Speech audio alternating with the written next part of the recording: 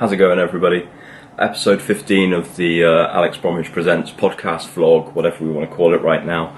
I wanted to give you an update from here in Gulf Foods. It's been a great first day that we had at the exhibition yesterday. Opened up, lots of customers coming, lots of meeting with lots of colleagues from around the region here in the Greater Middle East and Africa, catching up with people. Really positive vibes going on, and the stand is absolutely great. I'll take a walk through it, hopefully today or tomorrow, take some video and show you how that looks. And it's a fantastic layout that we have this year. It's really nice with the flow of people going through.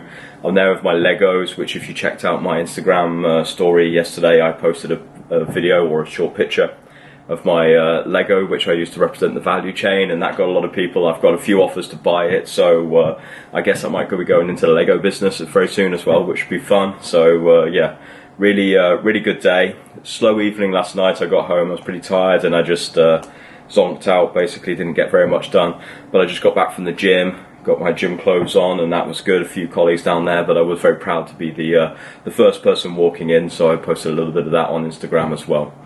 And one of the reflections I had from talking with the customers yesterday, and this isn't a reflection about any particular customer that we had, but more of a reflection in general, is that there seems to be some view. I'm there talking about quality and food safety as well, just to give this comment some context. There seems to be a view that food safety and quality is sort of something that just comes from what you do, and that it's impossible that you can really actively manage it and deliver it. And particularly when it comes to quality, I mean, all of our customers work very hard to actively manage the food safety of what they're producing, because that's their business. They can't compromise that, and they can't fail that, because then they're failing consumers, and it's also, you know, a legal obligation.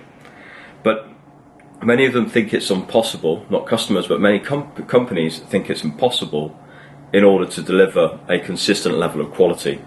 And from my work and the work that I do, I don't agree with that at all, and I think that it's something that you need to be very conscious of, and you need to consciously take decisions to be actively managing your quality.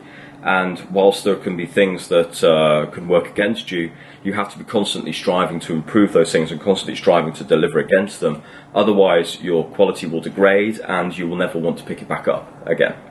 So I thought that a really good thing today would be just to start defining what is quality and how I think about it, and where I come from when I talk to people about quality, and when I talk to them about how to drive it and how to improve it. Because most people are coming from a position where they would like their quality to be better. It's very rare that you meet a company that say, no, we're happy that our quality isn't at the highest level.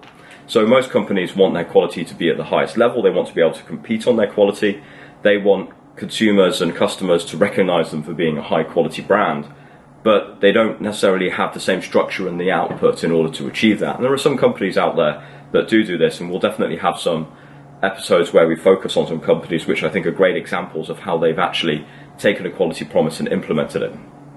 But for me, having the highest levels of quality is possible. You just need to have the right mindset, translated into the leadership and translated into the operations of the organization.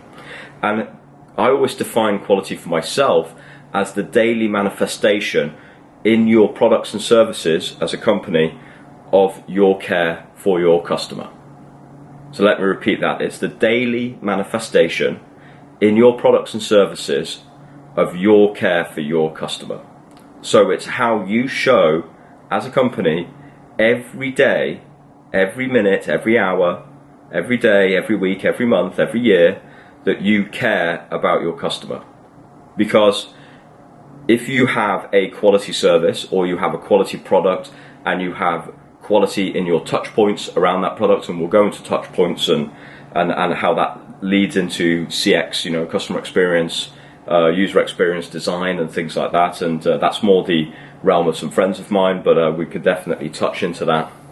If you care that much that you've designed an experience, you've designed a product, you've designed a process that delivers consistently to those high levels, and that design is well aligned to your customers' needs and wants and desires, which it should be, otherwise it's not an effective process, and you execute it consistently every day, you will have satisfied consumers, you will have a good business relationship with your customers, and you will have a successful company long term.